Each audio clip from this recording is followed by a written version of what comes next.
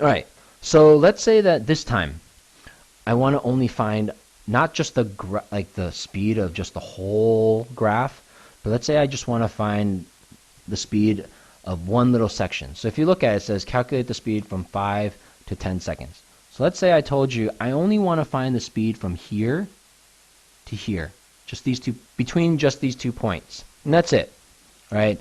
So now I got to use, instead, I got to find the slope.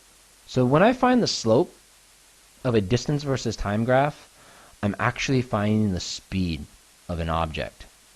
So in your math class, you should have learned that slope equals rise divided by run.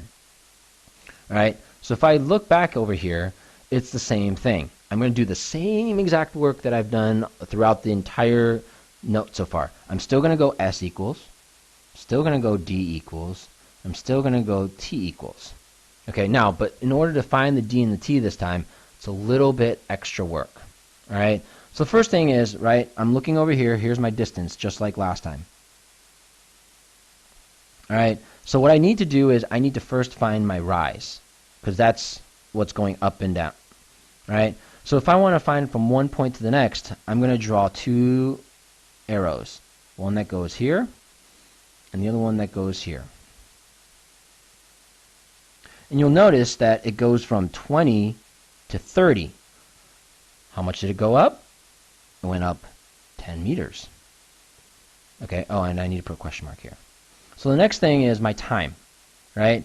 So I look down here. So let's put this in blue so that we can see it's time. And this is my run. This part's my run. So what I'm going to do is I'm going to draw 2 more arrows going down to this point, from that point to this point. And what I'm going to look for is how far did it go over? Well, it went from 5 seconds to 10 seconds. So that equals, right, 5 seconds. So that's step. So then the next step I do is, just like last time, I'm going to write down my equation that I need to use. S equals D divided by T. Right? So then I get, and then I just plug in the numbers. S equals 10 divided by 5. And if you're wondering how I got that, remember my distance equals 10. My time equals 5 seconds. So now S equals 2 meters per second. And there you go.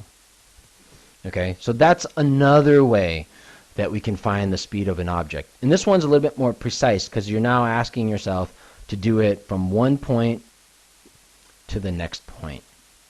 All right.